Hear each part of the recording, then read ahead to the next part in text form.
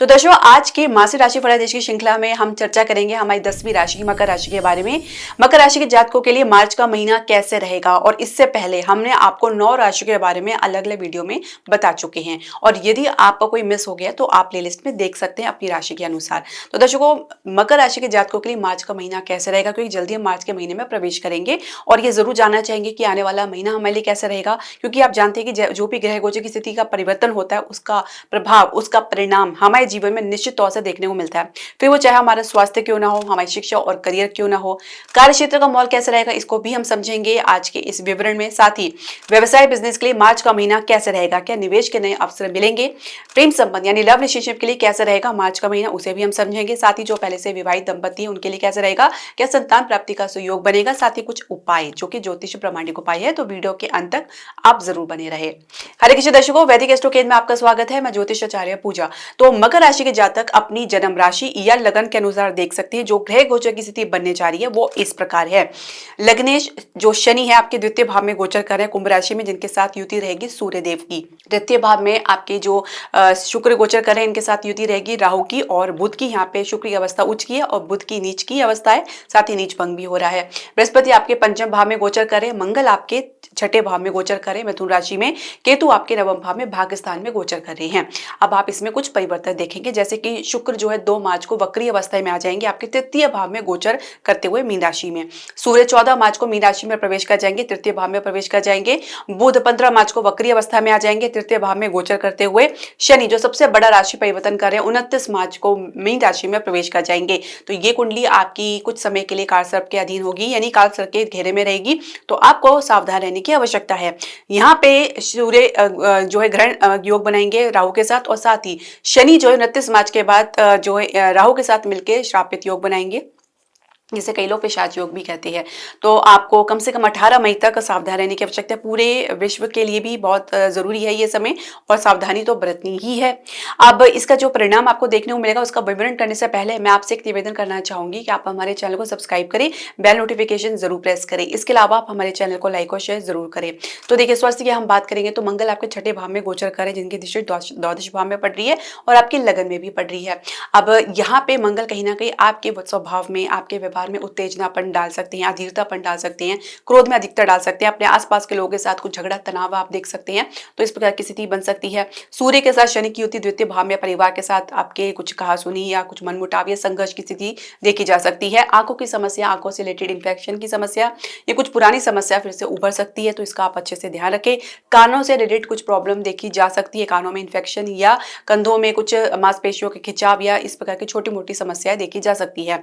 अब जैसे ही सूर्य आपके जो है तृतीय भाव में प्रवेश करेंगे और यहाँ पे इनकी युति राहु के साथ रहेगी, तो ग्रहण योग का निर्माण करेंगे, तो कहीं ना कहीं आपके पराक्रम में, साहस में जो परिवर्तन आपको देखने को मिलेगा, तो वो आपके लिए जो एक डिसाइड करना है, कंफ्यूजन की स्थिति भी रह सकती है। क्योंकि देखिए, राहु के साथ सूर्य मिलकर कहीं ना कहीं इनके प्रभाव को और ज्यादा उजागर कर सकते हैं।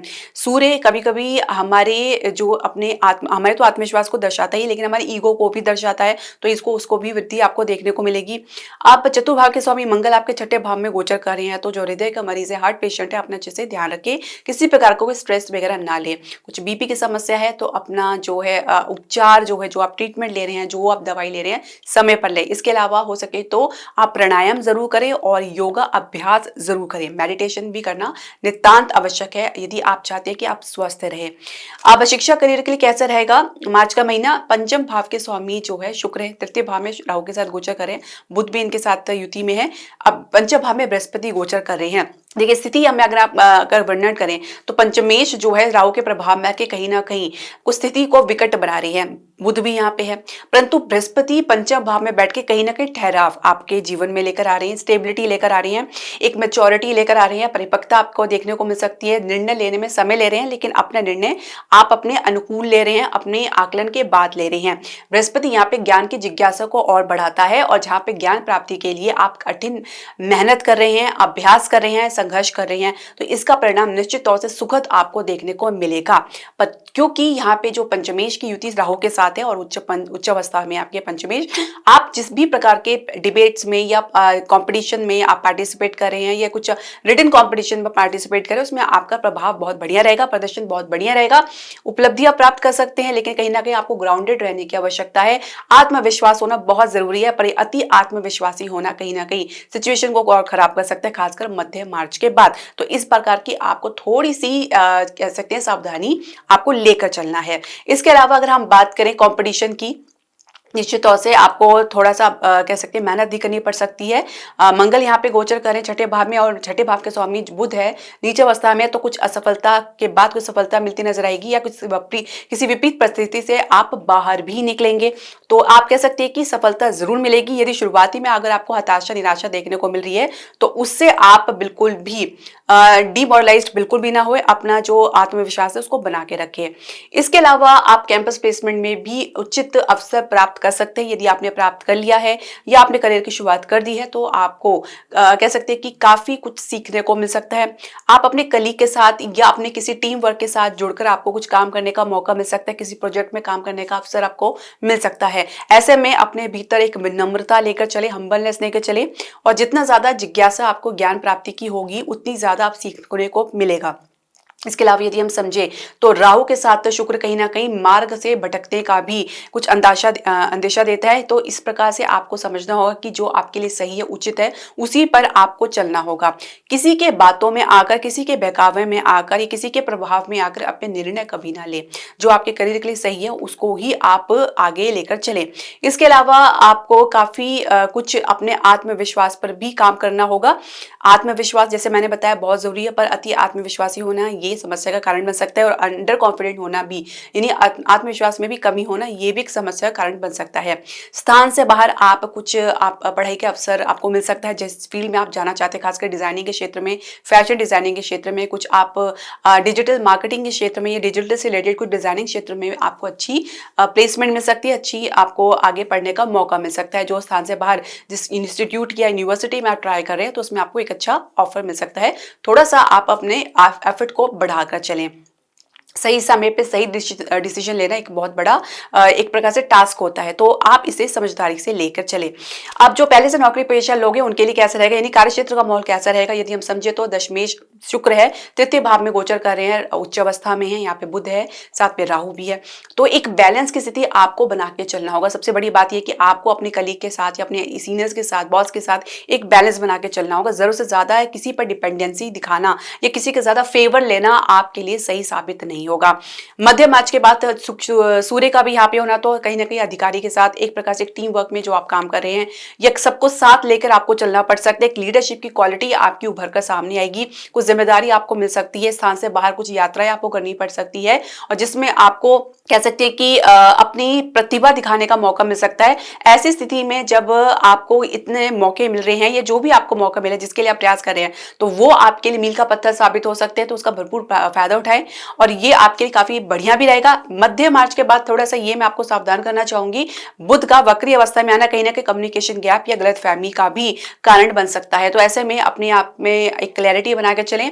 जो अपडेट आपको अपनी कम्युनिकेशन रिलेटेड करना है, जिस जानकारी आपको प्राप्त करना है, उसको पूरी तरीके से अपडेट होकर चलें तो ही आपके लिए फायदेमंद साबित होगा। अन्यथा कहीं ना कहीं किसी बात को लेकर पुनरावृत्ति या रिपीटेशन ऑफ एक्शन देखा जा सकता है। जैसे कि कुछ जानकारी अधूरी रहेगी जिस पर आपको काम करना था, तो वो आप गलती से छूट गया या कुछ आपके उससे चूक गए, तो उस पर दोबारा आपको काम करना पड़ सकता है। तो ये कुछ रिपीटेशन ऑफ एक्शन आपको मध्य मार्च के बाद देखने को मिल सकता है। आप ग्रोथ के लिए आगे प्रयास कर रहे हैं या प्रमोशन के लिए आप प्रयास कर रहे हैं, तो उसके लिए काफी ज्यादा दबाव बना सकते हैं। आपकी कम्युनिकेशन में एक पेशेंस होना बहुत जरूरी है। अधीतापन दिखाएंगे तो कहीं ना कहीं इसके कारण आप समस्या में पड़ सकते हैं। यदि आप किसी का प्रकार का दबाव बनाकर आप कुछ प्राप्त करना चाहेंगे तो उसमें कुछ ना कुछ कमी आपको देखने को मिल सकती है। तो थोड़ा सा अपने आप को ग्राउंडेड रखें, थोड़ा सा अपने भीतर पेशेंस धैर्य लेकर आए, अपनी बात को रखें, स्पष्टता से रखें और बहुत सही मौके पे रखें, तो ये आपके लिए बेहतर रहेगा। कुछ झगड़ा या तनाव का भी कारण बन सकता है अगर आप बहुत ज्यादा दबाव बना रही हैं, तो इससे आपको बचना होगा। नई जॉब के लिए प्रयास कर रहे हैं तो आपके शुरुआत में अगर 15 माह से पहले फर्स्ट हाफ की हम बात करें मंथ की, तो उसमें आपको अच्छे मौके मिल सकते हैं, कुछ अच्छे अवसर मिल सकते हैं, स्थान से बाहर ही आपको मौका मिल सकता है। और जैसे मैंने बताया कि यात्राएं आपको काफी करनी पड़ सकती है या कुछ भागदौड़ आपको अधिक करना पड़ सकता है। 15 मार्च से लेकर आपको मार्च के अंत तक आपको थोड़ा सा सावधान रहने की आवश्यकता है। कुछ संघर्ष की स्थिति आपको अपने कली के साथ या अधिकारी के साथ देखने को मिल सकती है, तो पहले से आप सावधान रहें। कुछ चुनौती इसके संदर्भ में आपको देखने को मिल सकती है। अब व्यवसाय बिजनेस के लिए कैसा रहेगा मार्च का महीना, इसे हम समझेंगे। लग्नेश आपकी द्वितीय भाव में गोचर कर रहे हैं, यहाँ पे इनकी जो उपस्थिति रहेगी सूर्य के साथ रहेगी, युति रहेगी, और यहाँ पे शेयर मार्केट में आपको संघर्ष देखने को मिल सकता है, फ्लक्चुएशन देखने को मिल सकता है, उतार चढ़ाव देखने को मिल सकता है। निवेश के लिए नए अवसर आपको तो मिलने से रहे, लेकिन आप पुराने प्रोजेक्ट से भी कुछ मिला जुला रिस्पॉन्स आपको देखने को मिल सकता है। स्थिति थोड़ी सी विपरीत रह सकती है, नकारात्मक रह सकती है, तो ऐसे में निवेश के लिए आप ना ही प्रयास करें तो बेहतर रहेगा। पुराने प्रोजेक्ट में या पुराने निवेश में आपको कुछ लाभ तो देखने को मिलेगा, लेकिन वही बात है कि फिर वो उसमें गिरावट भी आपको देखने को मिल सकती है, तो स्थिति थोड़ी सी विपरीत रह सकती है। अब अगर आप प्रॉपर्टी के बिजनेस में कुछ निवेश कर रहे हैं या कुछ वाहन के बिजनेस में निवेश कर रहे हैं, तो उसमें एक स्थिति आपकी बेहतर और सुदृढ़ बनी हुई है, सॉलिड बनी हुई है, और एक अच्छे परिणाम आपको इसमें अच्छी ग्रोथ गति देखने को आपको मिल सकता है। फाइनेंशियल सेक्टर में भी एक प्रकार से कह सकते हैं कि स्टेबिलिटी देखने को मिल सकती है, हालांकि उसमें उतार चढ़ाव तो रहेगा, लेकिन फिर भी stability at the end of the day यानी आपको देखने को मिलेगी। फाइनेंस की दिक्कत भी दूर होती जाएगी, थोड़ा सा आप उसके लिए मेहनत आपको अधिक करनी पड़ सकती है, भागदौड़ अधिक करनी पड़ सकती है। घरेलू उद्योग में आपका जो परफॉर्मेंस काफी बढ़िया रहेगा और इसके संदर्भ में आपको लाभ देखने को मिलेगा। स्थान से बाहर कुछ निवेश के अवसर आपको जरूर मिल सकते हैं। आप अपने व्यवसाय में कुछ विस्तार के लिए कुछ प्लानिंग आइडियाज भी इंप्लीमेंट कर सकते हैं, जिसका आपको लाभ भी आपको देखने को मिलेगा। फर्स्ट हाफ में अगर हम समझे तो अच्छी स्थिति बनी हुई है, उसके बाद की स्थिति थोड़ी सी विकट रह सकती है। थोड़ा सा आपके आइडियाज या कुछ प्लानिंग्स हैं उसमें कुछ कमी देखी जा सकती है। ऐसे में कुछ लीगल डॉक्यूमेंट साइन कर रहे हैं या किसी कॉन्ट्रैक्ट में आप आ रहे हैं तो बहुत सोच समझ कर आए, क्योंकि वक्री बुध कहीं ना कहीं कुछ ना कुछ लूप होल्स क्रिएट करता है, जहां पे कुछ पॉइंट्स रह जाते हैं जिसकी वजह से कुछ ना कुछ कमी या समस्या देखी जा सकती है। तो बेहतर यही रहेगा कि जब तक बुध वक्री अवस्था में है तो ऐसे में कोई कॉन्ट्रैक्ट डील से आप दूर रहें। इसके अलावा विदेश से अगर आप प्रयास कर रहे हैं तो एक अच्छी शुरुआत आपको जरूर देखने को मिल सकती है। मामला आगे बढ़ता हुआ नजर आएगा और आपके फेवर में रहेगा। अब प्रेम संबंध के लिए कैसा रहेगा मार्च का महीना, इसे हम समझेंगे। पंचम भाव में बृहस्पति गोचर कर रहे हैं, जैसे मैंने बताया, पंचमेश राहु के साथ युति में, उच्च अवस्था में, साथ में बुध भी है। अब यहाँ पे सामने समझने वाली बात है कि आप कहीं ना कहीं कंफ्यूजन का शिकार हो सकती हैं। संबंध में रहते हुए भी किसी तीसरे व्यक्ति के प्रति आपका आकर्षण बढ़ सकता है, वो आपके आसपास भी हो सकते हैं, आपके कलीग हो सकते हैं, तो जिसकी वजह से भी कुछ आप कंफ्यूजन की स्थिति में आप आ सकते हैं। ये टेम्परेरी आकर्षण को लेकर आप अपने भविष्य को निर्धारित नहीं कर सकते और आपको करना भी नहीं चाहिए। कहीं ना कहीं इसके कारण कुछ ब्लेम आपको लग सकता है, ये आपकी इमेज पर कुछ नेगेटिव प्रभाव भी डाल सकता है, खासकर मध्य मार्च के बाद। जैसे सूर्य यहाँ पे राहु के साथ इनकी युति रहेगी तृतीय भाव में, तो किसी व्यक्ति के कारण आपको कुछ खामियाजा उठाना पड़ सकता है, कुछ आपको समस्या का सामना करना पड़ सकता है, और जिसकी वजह से आप दुविधा और समस्या में पड़ सकते हैं। किसी का फेवर लेने के वजह से भी कुछ गलत इल्जाम आपके ऊपर लग सकता है, तो क्लैरिटी बनाते हुए भी कहीं ना कहीं कम्युनिकेशन गैप या गलतफहमी देखी जा सकती है। इसके अलावा अगर हम समझे तो विवाह की चर्चा अगर आप कर रहे हैं तो एक स्टेबिलिटी की कमी देखी जा सकती है। परिवार के साथ आपके जो भी संबंध है इस प्रस्ताव को लेकर, उसमें कुछ खींचातानी देखी जा सकती है। जिस पार्टनर के साथ जिनकी आप विवाह की चर्चा चल रही है, उनके परिवार की तरफ से भी कुछ खींचातानी देखी जा सकती है। अब विवाह की चर्चा जनरली ही चल रही है, तो अगर अरेंज मैरिज की कोई चर्चा चल रही है तो उसमें समय लगेगा। फिलहाल अभी परिवार की तरफ से कुछ खास दिलचस्पी बनती नजर नहीं आ रही है। अब विवाहित दंपत्ति के लिए कैसा रहेगा, तो यदि हम उसे समझे तो परिवार के साथ कुछ कहा सुनी या कुछ खटपट देखी जा सकती है, जिसका असर आपके रिलेशनशिप में भी देखा जा सकता है। पार्टनर माफ कीजिएगा, जीवन साथी की अगर हम बात करें तो कहीं ना कहीं उनको इमोशनल अपहीवल देखा जा सकता है, जहां पे वो इमोशनल हर्ट महसूस कर सकते हैं या कुछ अपने इमोशन को लेकर बहुत ज्यादा सेंसिटिव संवेदनशील रहेंगे, और एक समस्या भी देखी जा सकती है। इसके अलावा जैसे ही 15 मार्च के बाद जैसे सूर्य आपके तृतीय भाव में आएंगे और इसके अलावा जो शनि भी आपके तृतीय भाव में आएंगे, तो थोड़ी सी आपको भाग दौड़ अधिक करनी पड़ सकती है। स्थान परिवर्तन का भी योग बन रहा है, जहां आप स्थान से बाहर आपको यात्राओं पर जाना पड़ सकता है।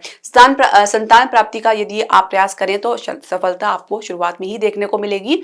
15 मार्च से पहले की स्थिति बहुत ज्यादा बढ़िया है, उसके बाद भी आपको एक प्रकार से कह सकते हैं प्रयास अधिक करने पड़ सकते हैं, लेकिन फिर भी अगर समझे तो स्थिति आपके पक्ष में है और प्रयास आपके जरूर सफल रहेंगे। हालांकि 15 मार्च के बाद थोड़ा सा प्रयास में आपको मेहनत और संघर्ष अधिक देखने को मिल सकता है। इसके अलावा संतान से आपको संतोष प्राप्त होगा।